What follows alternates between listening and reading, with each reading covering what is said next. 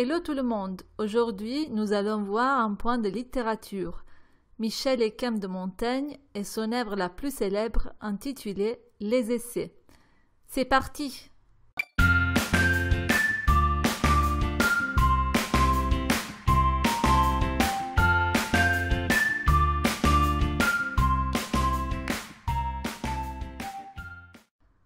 Montaigne est né en 1533 au château de Montaigne, en Périgord, près de Bordeaux. Issu d'une famille anoblie de riches négociants bordelais, il reçoit une éducation moderne qui porte sur les principes humanistes. Plus précisément, son père confie l'éducation de Michel à un précepteur qui lui enseigne le latin comme langue vivante. Même les domestiques parlaient le latin.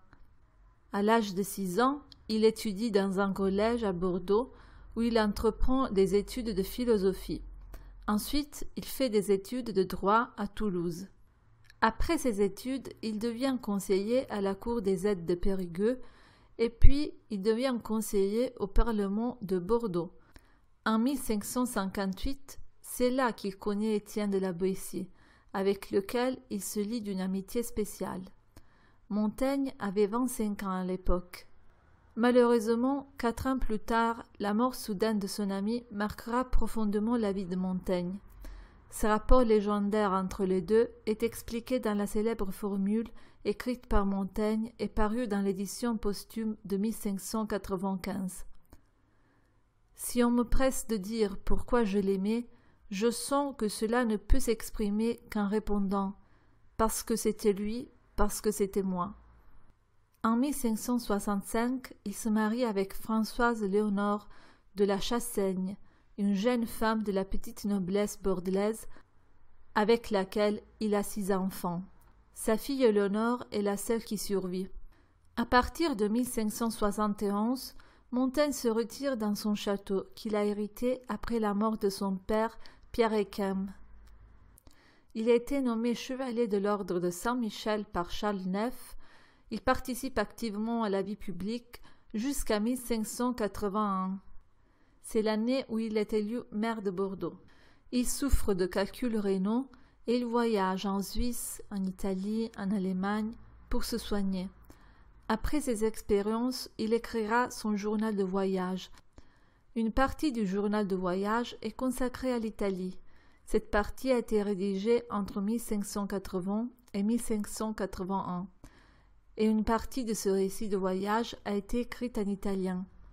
Son itinéraire comprend des villes italiennes très célèbres, telles que Venise, Rome et Lucques. Ce journal n'était pas destiné à la publication et il ne fera son apparition que 2 siècles plus tard, précisément en 1774. En 1572, l'auteur commence la rédaction des essais et il continue de réviser l'œuvre jusqu'à sa mort, en septembre 1592, au château de Montaigne. En 1569, Montaigne publie la traduction de la théologie naturelle du théologien et philosophe catalan Raymond Sebon. Par le biais de cette œuvre, l'auteur veut montrer qu'on peut connaître la foi, même sans recourir aux saintes écritures, ou mieux, qu'on peut concilier la foi avec la raison. Montaigne approuve la pensée de Sebon, même si pour lui la raison est trop faible pour se projeter dans le domaine religieux et pour comprendre la foi.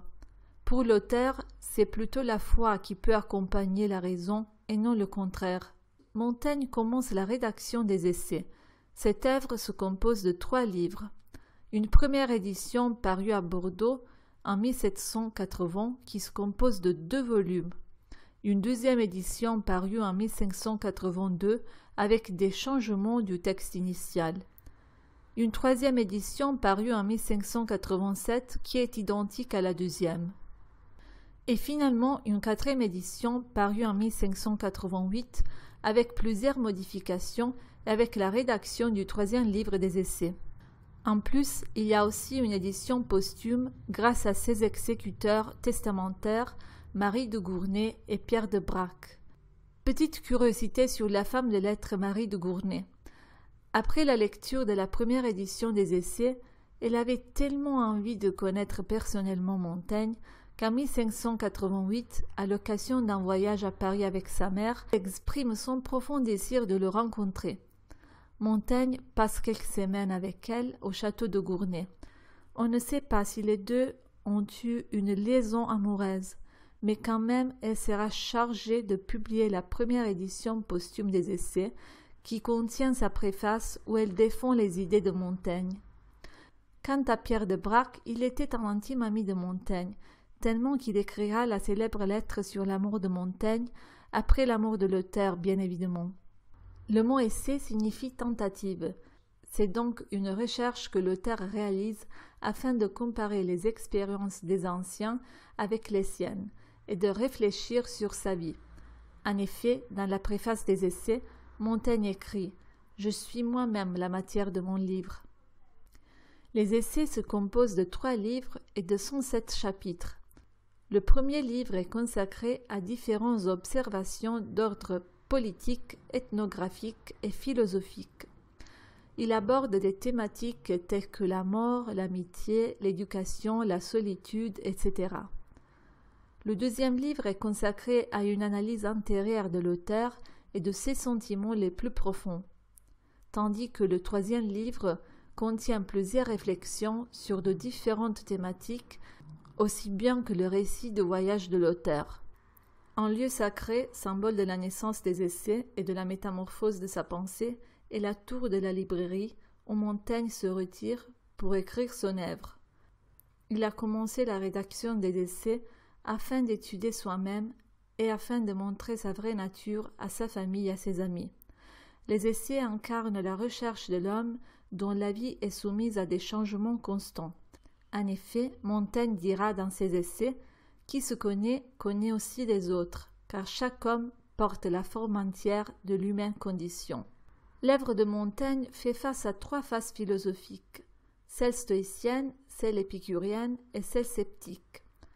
Plus précisément, la première édition des Essais est caractérisée par une continuité entre le stoïcisme et le scepticisme.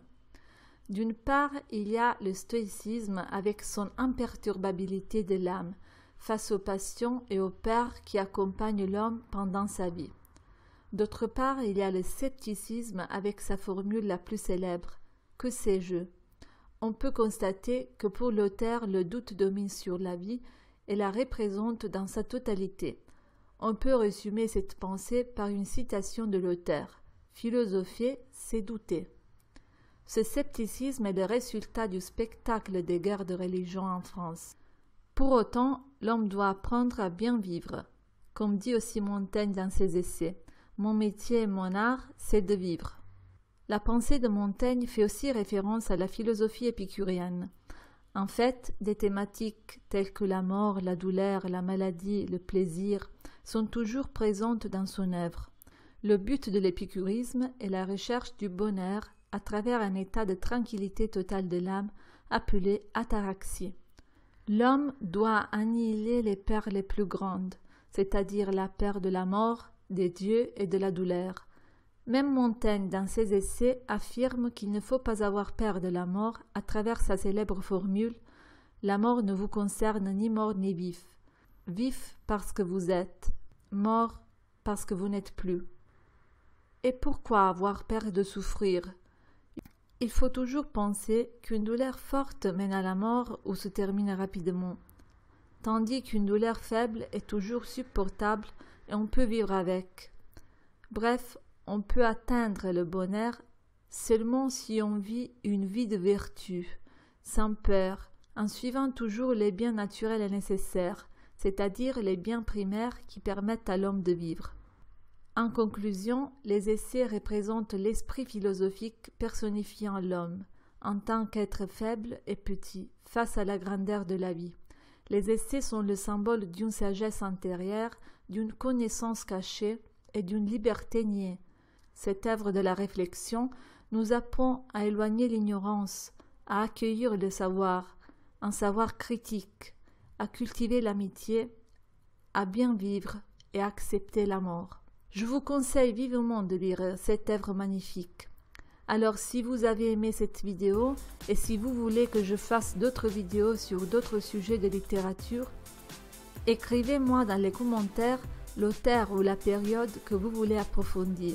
Par exemple, vous pouvez écrire Baudelaire ou encore Balzac, Zola, etc. Et je ferai une vidéo là-dessus. N'oubliez pas de vous abonner à la chaîne YouTube, n'oubliez pas les pouces vers le haut et puis allez faire un tour dans le blog Mademoiselle Lafleur. On se retrouve dans une nouvelle vidéo.